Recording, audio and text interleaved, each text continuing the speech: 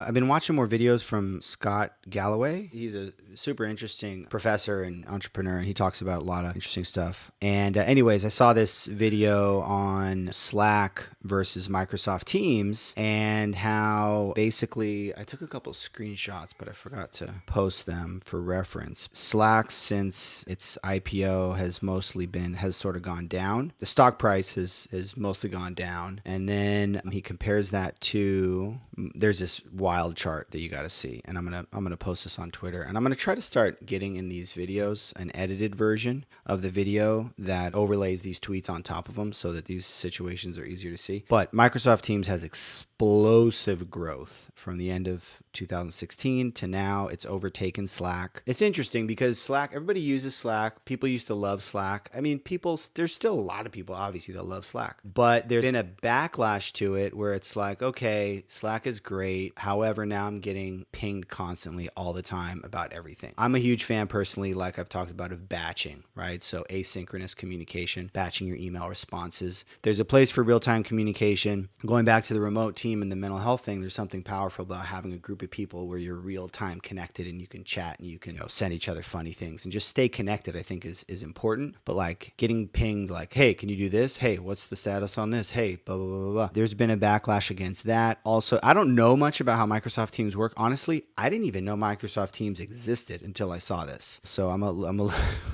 out of the loop.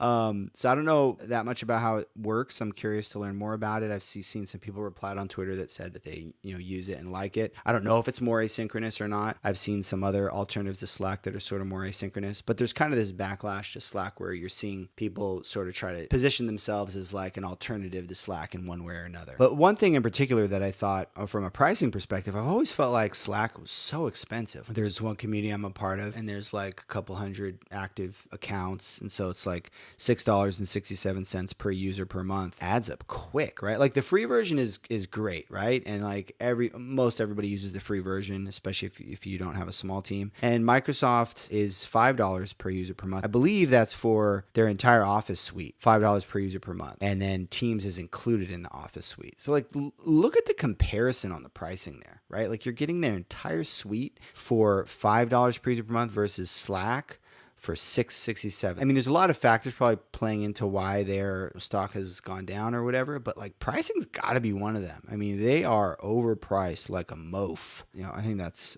pretty interesting.